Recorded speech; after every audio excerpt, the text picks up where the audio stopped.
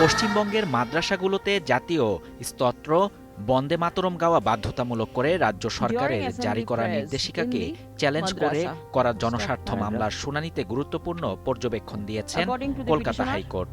আদালত স্পষ্ট ভাষায় বলেন, শিক্ষা প্রতিষ্ঠানে বন্দে মাতরম গাইলে আকাশ ভেঙে পড়বে না।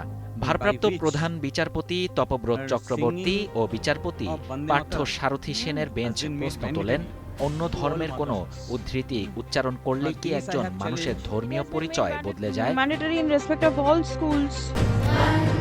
আদালত খ্রিস্টান পরিচালিত শিক্ষা প্রতিষ্ঠানের উদাহরণ তুলে ধরে বলেন, সেখানে বহু শিক্ষার্থী প্রার্থনায় অংশ নেয়, তাতেও তো একই প্রশ্ন উঠতে পারে। অন্যদিকে মামলাকারীদের দাবি, বন্দে মাতরম জাতীয় সঙ্গীত নয়, জাতীয় স্তোত্র। তাই এটি মাদ্রাসার শিক্ষার্থীদের জন্য বাধ্যতামূলক করা সাংবিধানিকভাবে সমর্থনযোগ্য নয়।